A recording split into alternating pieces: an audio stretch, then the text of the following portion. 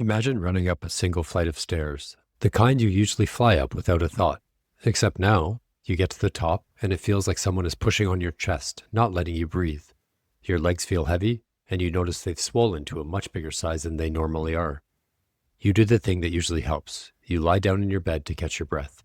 All of a sudden, the breathing actually gets worse, not better, and you think to yourself it's time to get checked out quickly. That feeling of exhaustion, breathlessness, and limb swelling could be a number of things, but heart failure is top of mind for us. The heart isn't pumping as well as it used to, and fluid isn't going in the direction it's supposed to. In this episode, we're breaking down what happens when your heart can't keep up, the real-world symptoms you need to spot, and how the right mix of medicine can turn a difficult struggle into a normal day. I'm James Jung, a general surgeon. I'm Brody Nolan. I'm an emergency doctor.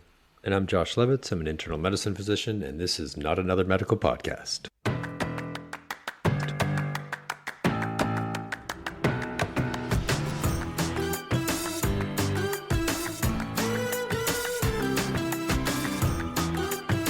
The views and opinions expressed in this podcast are those of the host and guests, do not reflect the official policies or positions of any affiliated institutions or organizations. This podcast is for informational, educational, and entertainment purposes only, and it is not intended to provide medical advice, diagnosis, or treatment. Listeners should consult their own healthcare professionals for any medical concerns. And we're back. Hello. We'll never get old saying that. Podcasters. Hey, listen, the fact we haven't folded this in, I'm impressed with us. Yeah.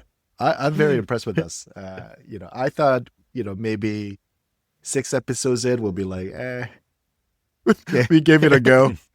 Calling it that. I don't like you guys as much as I thought I did. Yeah. We're done here. Yeah. This was too ambitious. Still is. Yeah. Here we are. Episode 11-ish, if we're counting. Is it really? Oh, wow. Yeah, I think so. Wow. James still doesn't know we have scripts, so I'm not going to ask the numbers. We have scripts. That was a great day. Yeah, and we're still having fun. I think that's what's most important. Yeah, this is really something that I look forward to. Meeting you guys, seeing you guys, and chatting with you. I'm enjoying it. I think we should play a fun game. There are some podcasts that drink alcohol while they do this. We're not doing that because we're doctors and we're going to be respectable. But you guys are both drinking, so let's play. What are we drinking today? Brody, what you got in that Coke can cup that you got? Yeah, no, it's a homemade iced espresso. Oh, very nice. I always have to do an iced coffee in the afternoon. Little kind of pick me up. Don't want something too warm. So iced coffee, even like middle of winter, still a nice Americano every afternoon.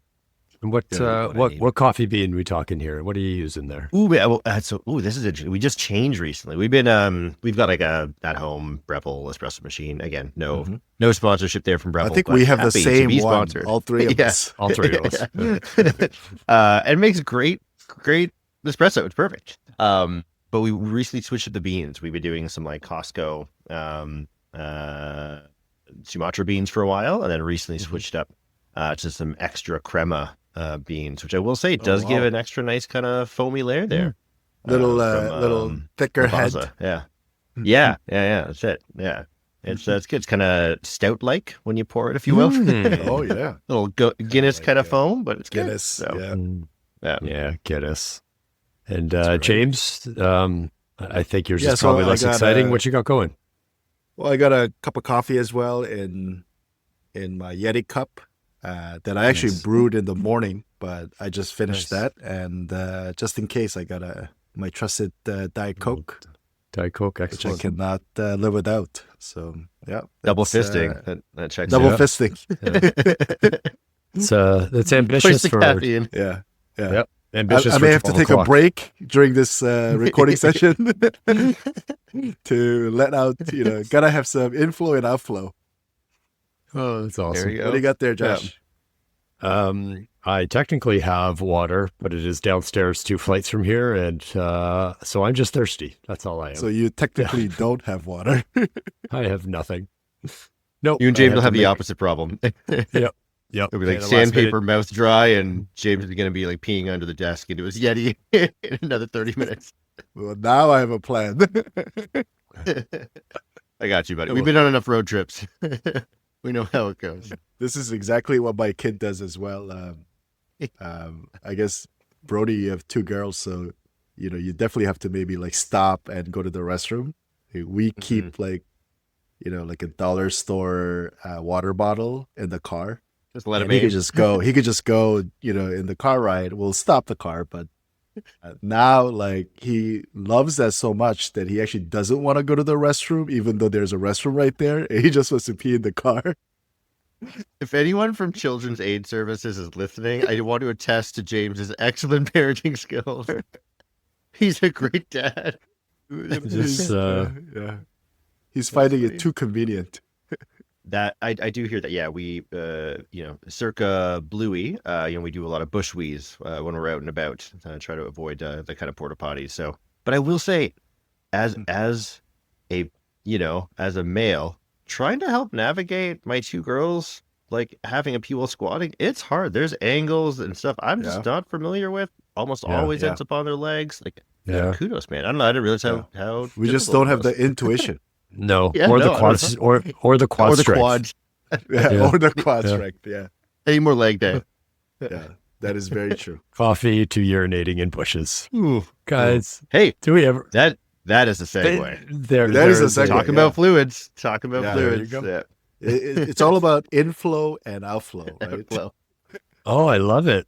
Okay, That's a great Let's segue. go with that. let's get into it. So, for everyone who's confused that's listening, we're talking about heart failure today, and it's all about fluids. So that was perfect. It's all about fluid and the pump, right?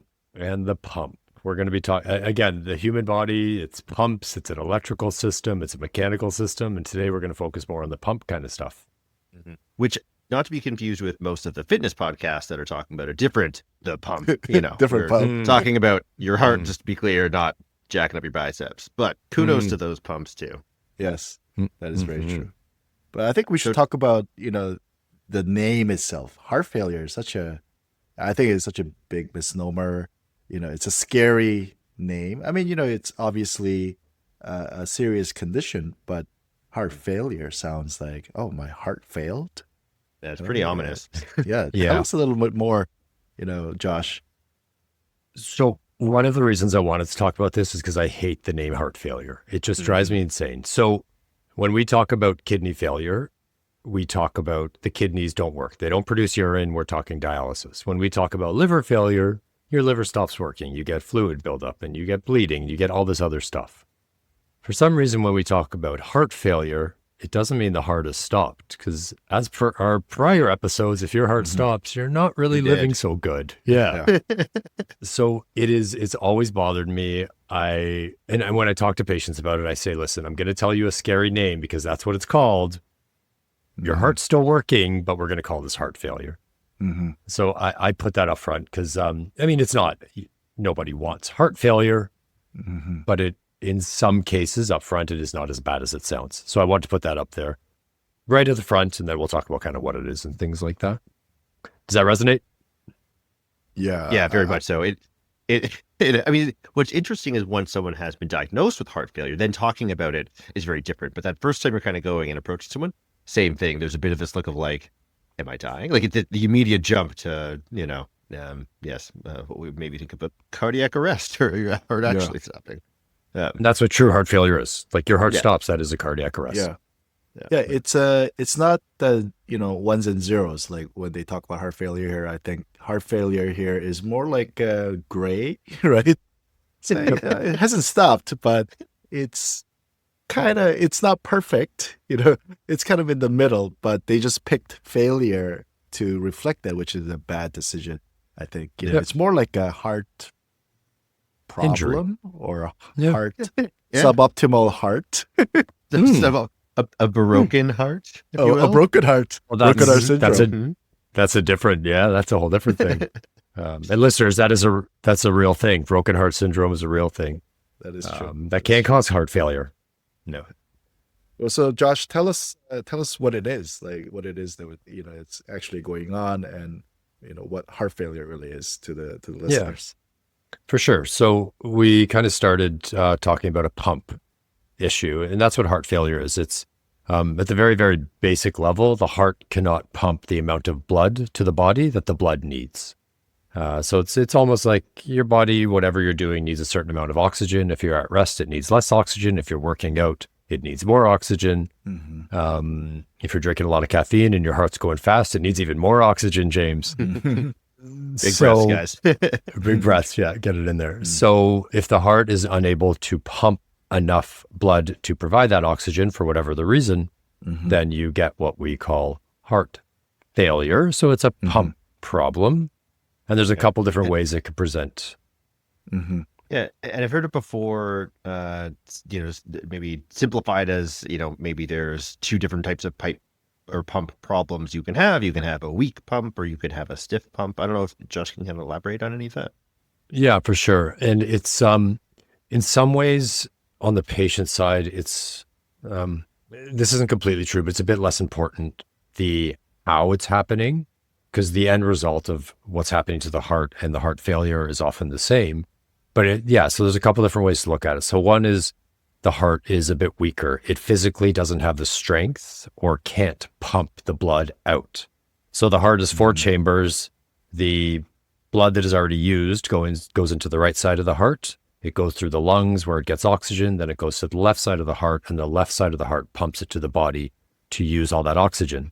So if there's a problem where the left side of the heart can't pump blood out, we talk about a weaker heart.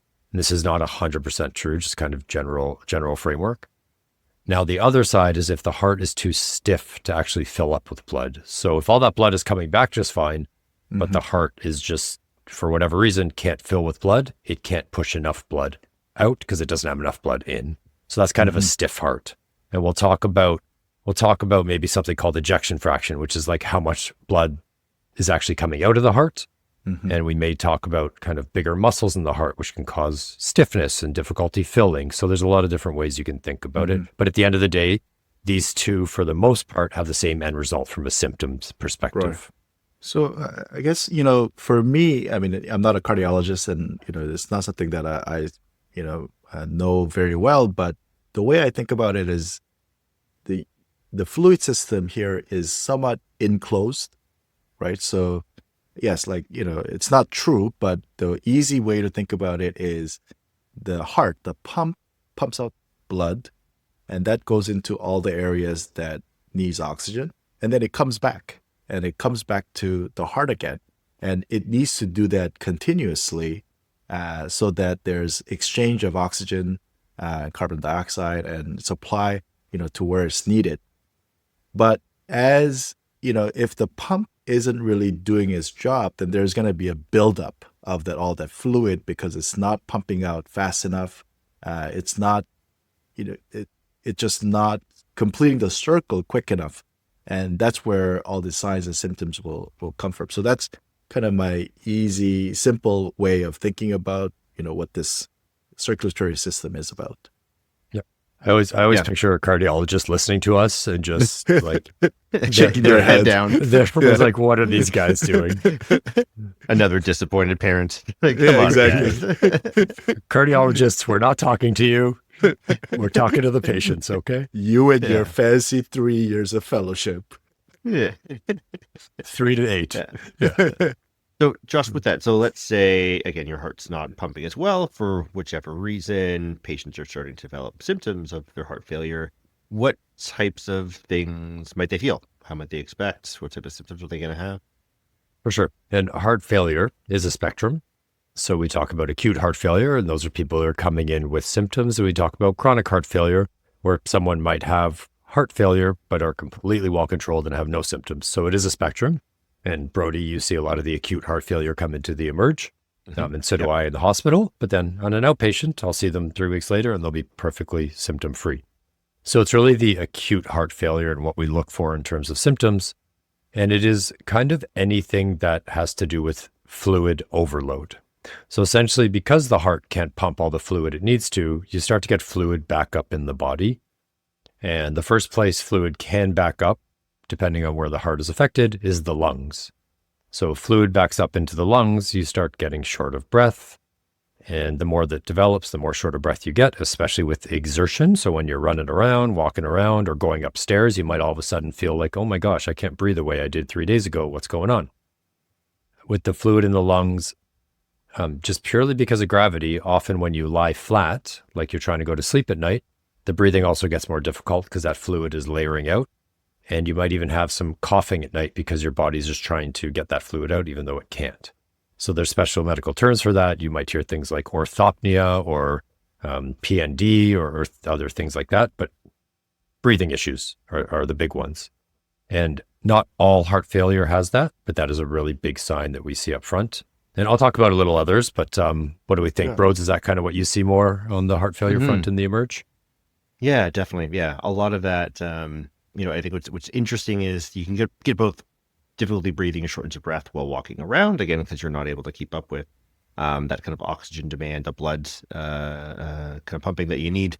But yeah, there's a lot of that, patients feel worse when they're lying down. Or what you might see is incrementally over the course of a couple of days or weeks, they're having difficulty often sleeping at night because they tend to maybe lie flat initially. That's really hard to do. So they prop themselves up with one pillow. Then maybe it's 2 pillows. Now maybe they're sleeping on the chair in the living room because they can't lie flat.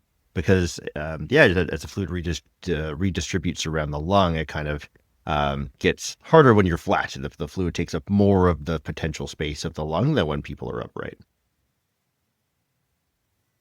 Yeah, exactly. So then other ways that you can see fluid buildup, and this is another common one, is it goes into the lungs. It kind of goes back through the right side of the heart, and it backs up into the rest of the body. Because of gravity, the legs are where you tend to see it first. So you'll get what we call edema. That just means fluid buildup. So you get fluid buildup in the legs, and it's this thing called pitting edema. And all pitting means is if you stick a thumb and you push really hard on your swollen legs and it leaves an indent, that means it's pitting. And there's a few things in medicine that cause that, but heart failure is kind of one of the first things that we think of on that.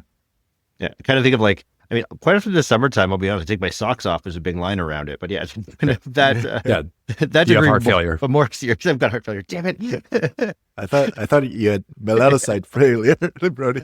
Melanocyte failure. I have the pigment failure, definitely. I love that. Brody's very pale, everybody. Exactly. And again, having pitting edema does not mean you have heart failure 100%, but it's something you should get checked out for. Brody, go see your doctor. Thank you. Fluid can also build up in other areas. So it can build up in your belly. So we call it ascites. Sometimes you can notice that by your belly getting more bloated. You can get some kind of abdominal discomfort. And it can back up into the organs as well. So you can get kidney issues and liver issues that we see on blood work. And it's more than just backup causing it. But at the end of the day, the most important thing to know is as fluid builds up and the heart's not able to pump enough blood out, your other organs start to get affected. And you can have symptoms of any organ injury. We're not going to go through all those, but we can also see that on blood work, depending on the degree. Now, the last thing that's really important, that's really good for patients to know, is because fluid is building up, you're going to get some rapid weight gain. Like there's not a lot in this world that will make you gain a kilogram or 2.2 pounds. Is it, James? I don't know what it is in the States. I think it's 2 pounds. Yeah. Okay, we'll go with that. Thank you. You're good. 2.2. Yeah, 2.2. There you go. Makes sense. There we go. Yeah. Can you guys just please change your units already? I know. It's never going to happen. Yeah, it's never going to happen. So yeah, if you're gaining that much that quickly, and obviously you're thinking heart failure, you have a history of it, that is a reason to get checked out by your doctor. Other than like going to a wedding with an unlimited buffet, there's not a lot of things that are going to cause that quick weight gain. Challenge accepted. No. Yeah. Just imagining that Uber Eats order for what I would do to try to take that on. Yeah. And, if the patients are hospitalized with heart failure, often, you'll see, the nurses weighing you quite frequently, like almost every day. And that's really, not to body shame you. But it's to, really understand how much fluid is being, because they'll give you, and we'll talk about the treatments, but they'll give you some medications that will help get those fluid out. And that is really to, measure how much fluid is going in and out. And from a daily kind of, if you have heart failure, this might be something that, you measure yourself or weigh yourself every day or every couple of days, just so you can, again, trend it over time and then maybe pick up if there are certain changes fairly rapidly, fairly quickly. It's always easier to address things sooner than later. It is. And you can actually adjust your medications on your own based on your weight gain at home, which your doctors can often talk to you about. The best part about scales in hospital is they are never correct. Like, I often don't weigh my patients anymore because I'll have 73 kilograms one day, 78 the next day, 68 the day after. Oh, And I don't know what it is. I don't know if we just don't have enough healthcare dollars to afford good scales, or they're wearing like parka one day and nothing. I don't know. It's never right. I think it's because the hospital cafeteria sell terrible food. Yeah. I'm sure weight loss in hospital is quite common. It's like, I don't want to eat this shit. You call that toast? Yeah, really? No, sir, that's bacon. Oh, okay. Oh, that explains. Yeah. Hack for anyone though, working in hospital and or stuck in the emerge where there are very poor options for food. If you get one of the cheese sandwiches and microwave it for like 30 seconds, it's Ooh. actually pretty Huh. awesome. So hot tip there for anyone working. Cheese sandwich, microwave, it's like a mushy grilled cheese. That's Pretty brilliant. decent. What about the tuna sandwich? Should we microwave that Hard too? pass on the tuna. Yeah, you're not going to make any friends by doing that.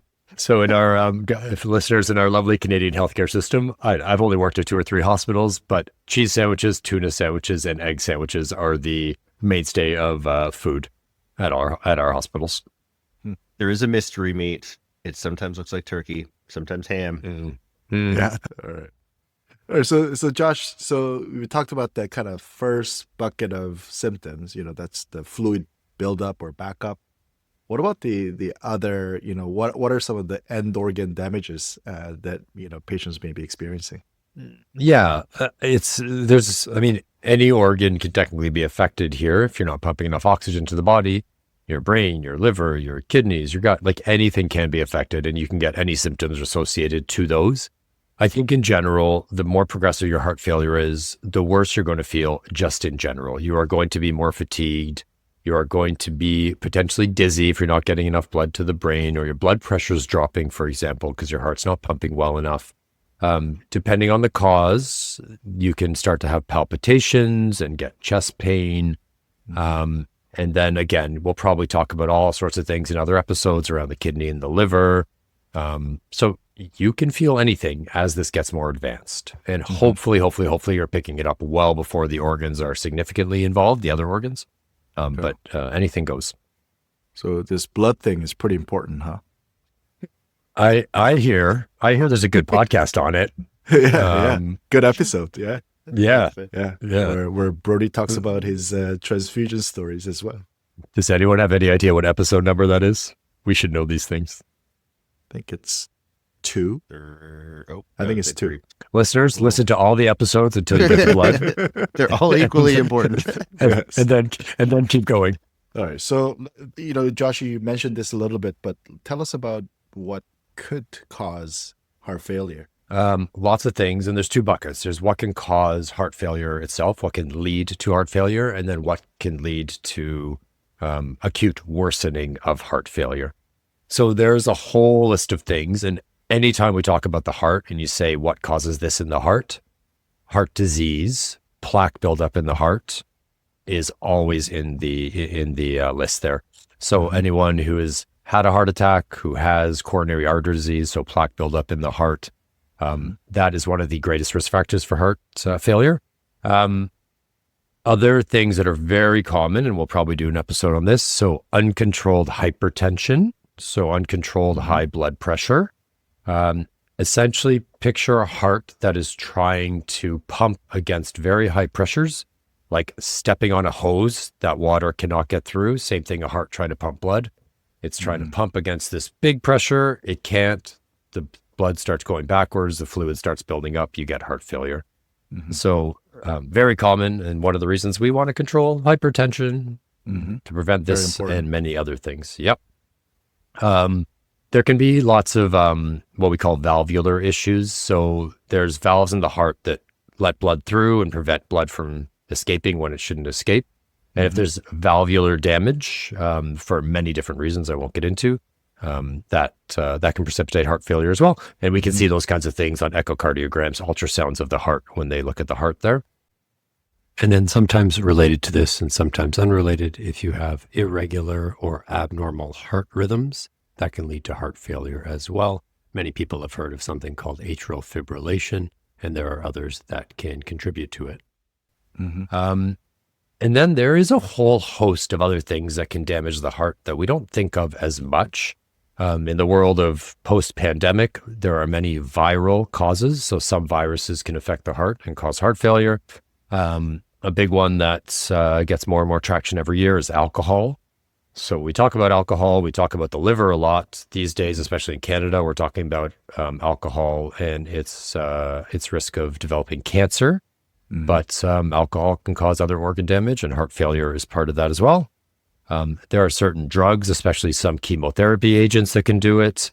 There are genetic conditions that can do it. There are what we call autoimmune conditions that can do it, where the body attacks its own heart. There's a whole host of things that can cause initial heart failure or essentially cause the heart to be weaker. So that's not all inclusive. And the cardiologist is now like, okay, stop it, Josh. But how does that sound? It sounds pretty like good for a medicine is- non-cardiologist. That's pretty Sounds like medicine comprehensive. is Yeah. Would you say too comprehensive? Is that what I'm hearing? So I'm open to feedback. Yeah, because as a surgeon, I'm like, oh, just give me one. Yeah. Heart not worky. A couple of things I should mention. So sleep apnea is something we see a lot and many patients are familiar with. Uncontrolled sleep apnea can also do it. That's also a blood pressure thing. It can cause higher blood pressure. And then just the general things, diabetes, higher weight, all those, they'll increase the risk of heart failure as well. So for the listeners there, that was Josh just flexing that not only can he come up with a huge list of things that can cause heart failure, but then he can add to that list. Oh, guys, I feel like a schmuck. That's why you are in internal medicine and I am in emerge. That's right. We have a very Heart short failed, attention call span. Josh. Let me name 2 things that I'm done. But I should mention that heart failure is quite common. The recent estimate is that there's about 7 million Americans who live with heart failure, and is projected to grow by 2040. We're expected to have about 10 million Americans who are living with heart failure. And a lot of that is because the reasons that Josh mentioned are affected by common risk factors that a lot of Americans and a lot of adults around the world have. First, we're living longer. So just by the virtue of us living longer, we're more likely to develop these heart failures.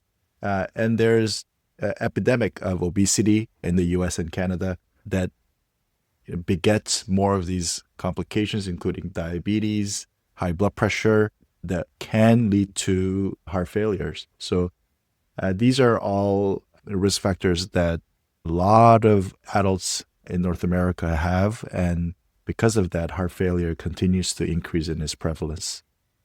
James, I want to call out, that was an awesome use of baguettes. Thank you. Yeah. Thank you. Such a supportive group here. I love it. Yep. Exactly. I want to use that word more.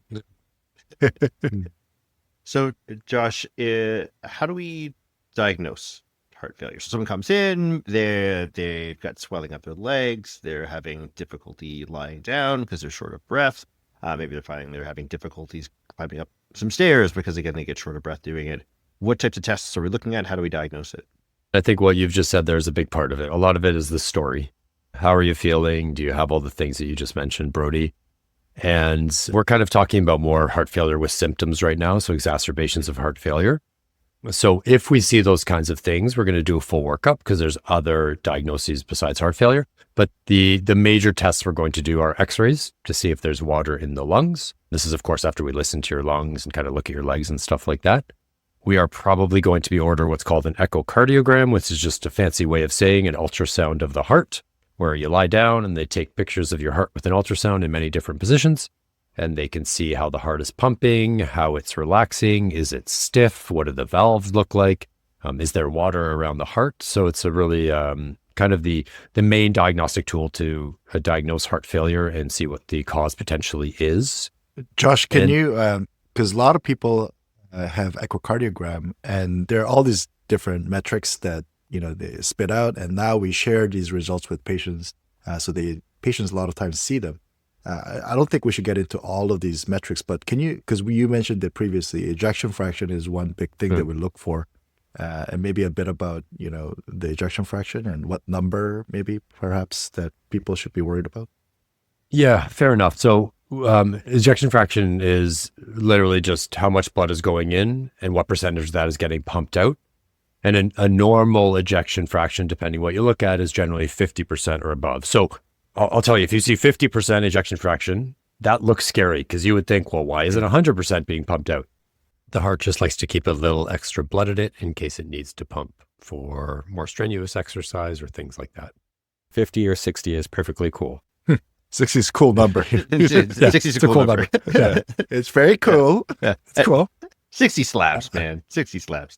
What does that mean? Slaps is the new cool term. Now we're all getting dated. I have recently accepted that I am the parent who doesn't know the cool words, and I'm not going to try to. Yeah, Julia's trying to keep me cool and honest. So no, you're rad. You guys are rad. Oh no, this is sad.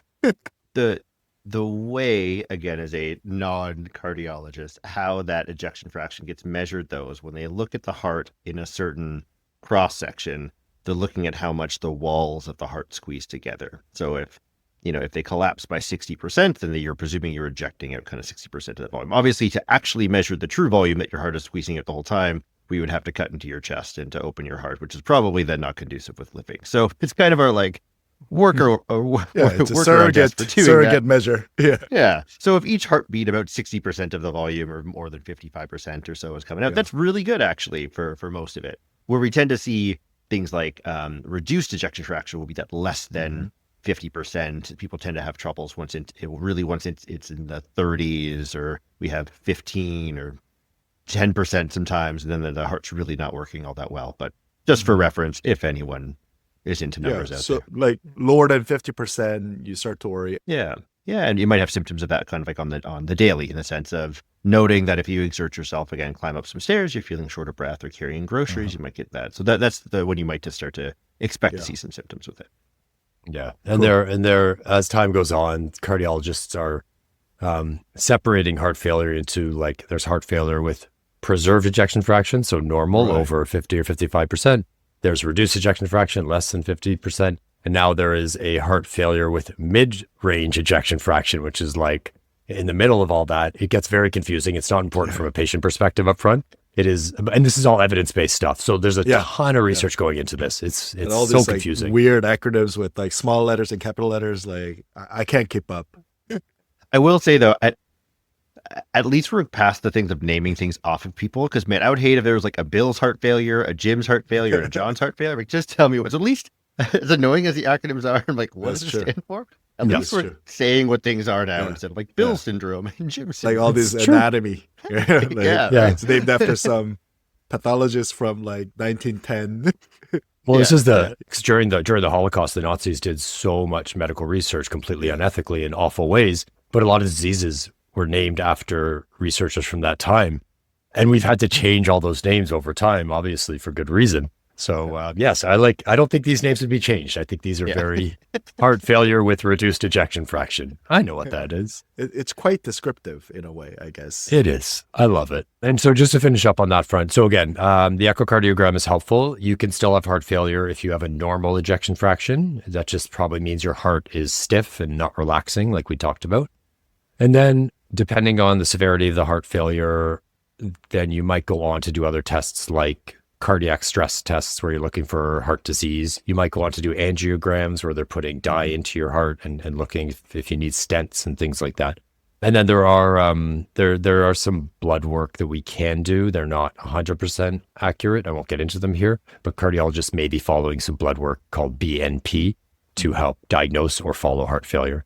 Now, one thing I really should note is sometimes heart failure, not acute, not symptomatic heart failure, but asymptomatic heart failure is diagnosed just because you're looking for other things.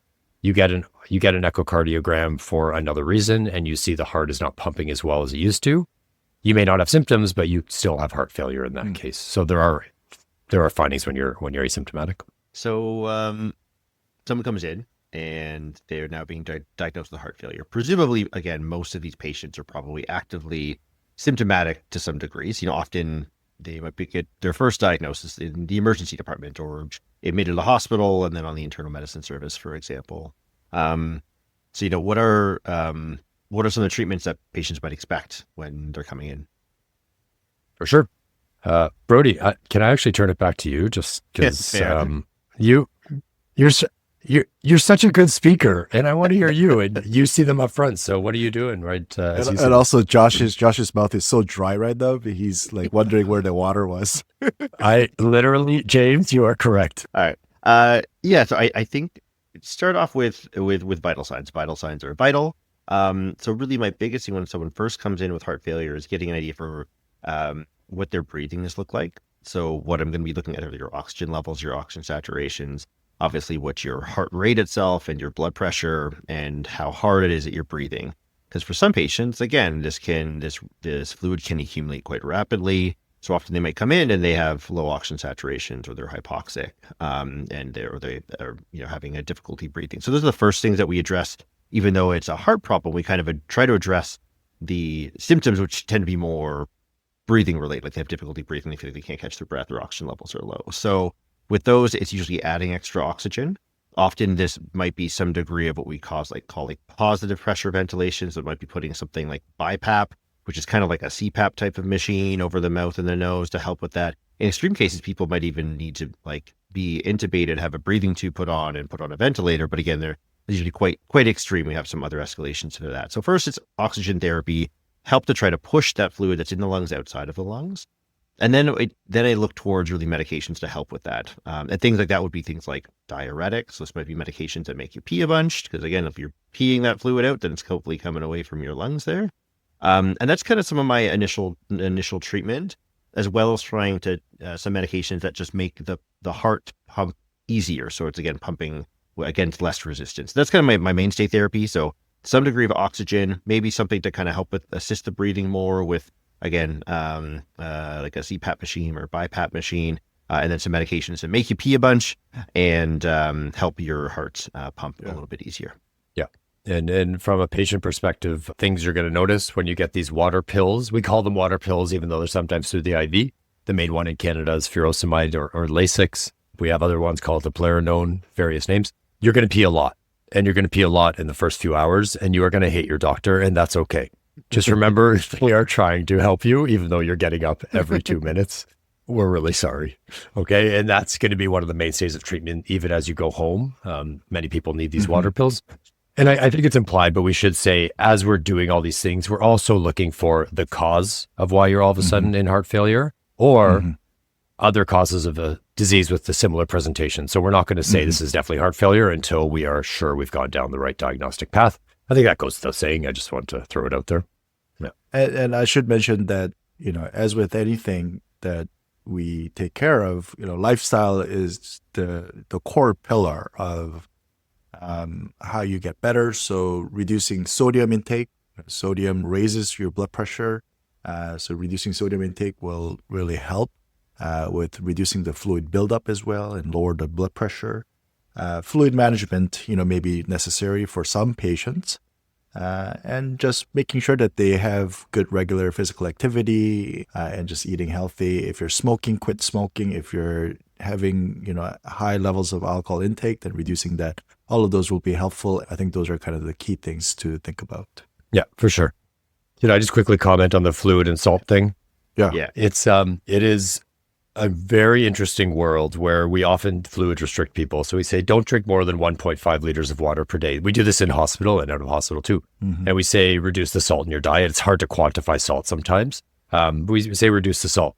It's funny, the medical evidence around those things, especially the water intake, is pretty controversial.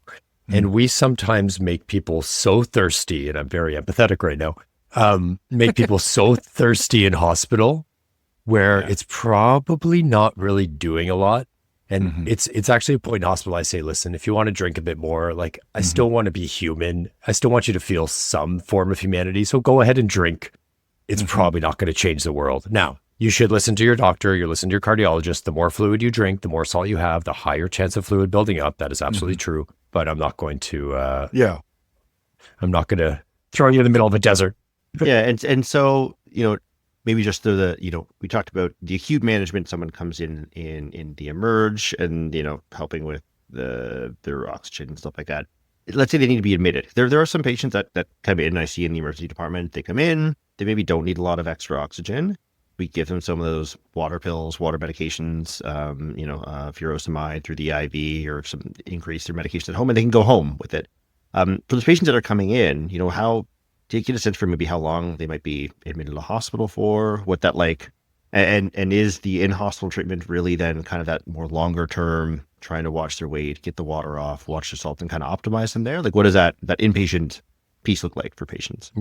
Yeah, great question. Everyone's journey is different in the hospital, and it kind of depends how much water is on you. So at the very core of things, you're coming in, you're going to get IV water pill to start if you're quite sick.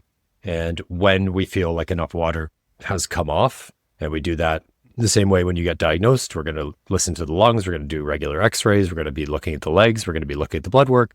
And when all of that is showing us that enough water has come off, we'll switch you over to a pill form of the water pill, which you'll probably be going home on for the most part. Mm-hmm. And at that point, once you're tolerating a pill and the water's not building up again, we generally say, yeah, all other things being fine, you can go home. You're going to monitor your weight. You're going to follow up with your doctors regularly. You're going to do all that kind of stuff. So some people stay for 2 or 3 days. Some people are there for weeks because heart failure is different in everybody, and it's sometimes really, really hard to treat. And some people end up in the intensive care unit or the cardiac coronary care unit because they need all these special medications because it's just hard to get the water off sometimes. Yeah, and again, it probably speaks to the underlying reason why they went into heart failure. Because again, when we're talking about heart failure as a diagnosis, again, the underlying cause of it would be very different if it's because they've got, viral myocarditis they're trying to get over top of versus if it's something permanent like valvular things that can be a little bit more challenging. So, yeah, and if you've had a heart attack that brought you into hospital that caused heart failure, you're going to be there for the heart attack management, and the heart failure will kind of be treated simultaneously. Subsequence, lots of different ways it can go. What I'm hearing is it takes a team. You'll takes probably see a bunch of different. Yeah, you'll see some very wonderful, handsome, smart emergency doctors to start off your journey, and then transition to some equally very smart and competent and just as handsome, deep voiced internal medicine doctors potentially. But you're probably not going to see a James. Yeah. Hopefully not. Hopefully not. Yeah. Something's gone awry if. So when patients are diagnosed with heart failure, this is chronic progressive disease, or can be progressive, right? So what are some ways that they could live with this? Because they have to live with this for the rest of their life. Unlikely that this is going to be reversed. So how do you manage it so that it progresses at a slower rate? Yeah, depending on the cause, many of these are not reversible. There are a couple that are reversible. But much of that time, with the help of good medical care, you can be asymptomatic. You cannot have symptoms. Mm-hmm. And so part of that is the lifestyle, which you already talked about, James. Mm-hmm. Part of that is being adherent to your medications. Please take your medications as prescribed, especially in heart failure. And we're in this world where heart failure, I don't have evidence for this, but it is probably one of the most studied diseases in the literature. And we have something called goal-directed medical therapy, which is essentially internal medicine doctors or cardiologists are going to try to get you on 4 or 5 different medications when you are diagnosed with certain kinds of heart failure. And every one of these medications is meant to give you longer symptom-free time, a longer life, slower progression of heart failure. It's hard though, because it is literally 4 or 5 medications and they all have their own side effects. So just as a warning for people with kind of progressed heart failure, you might be getting a blister pack here.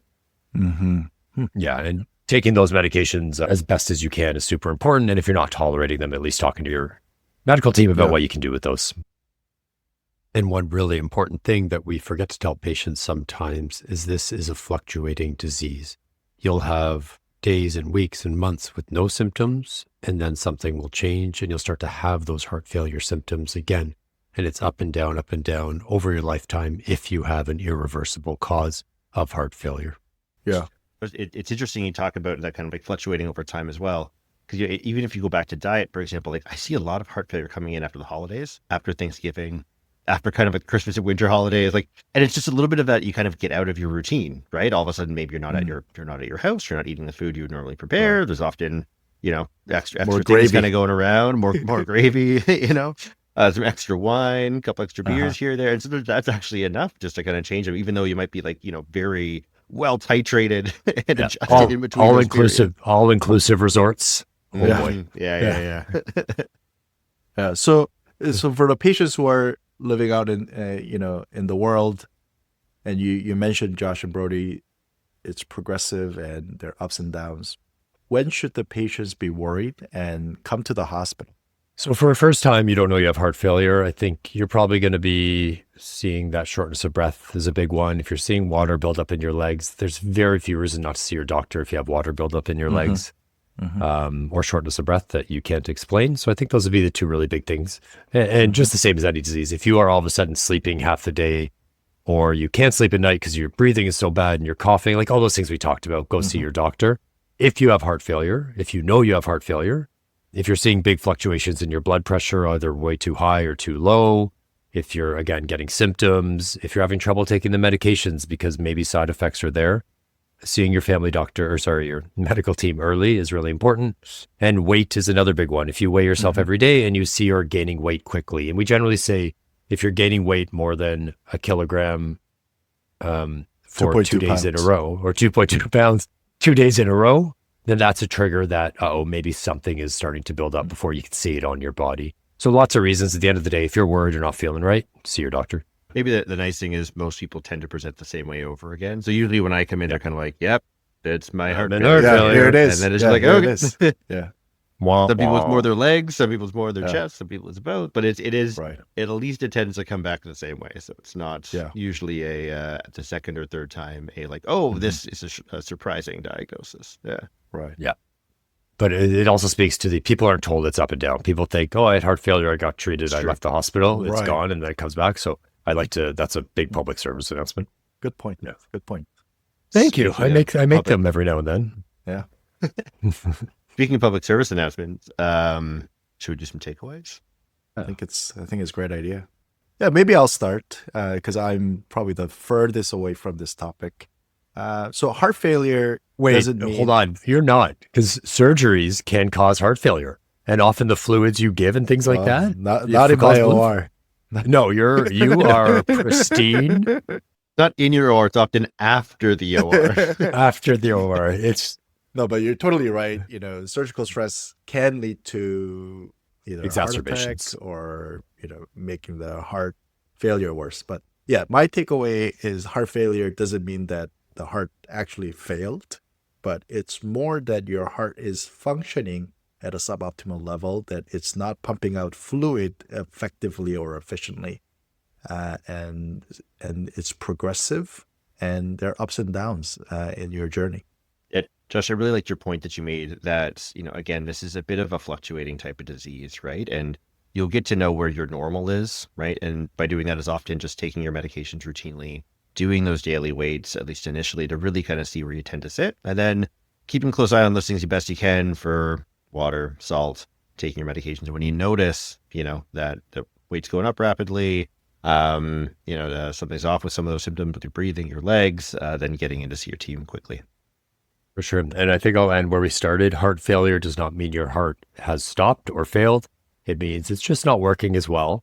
And don't be afraid to see your doctors early in the course of this, because the more you learn about it up front, the better you are going to be at managing your own heart failure, which is a huge part of this.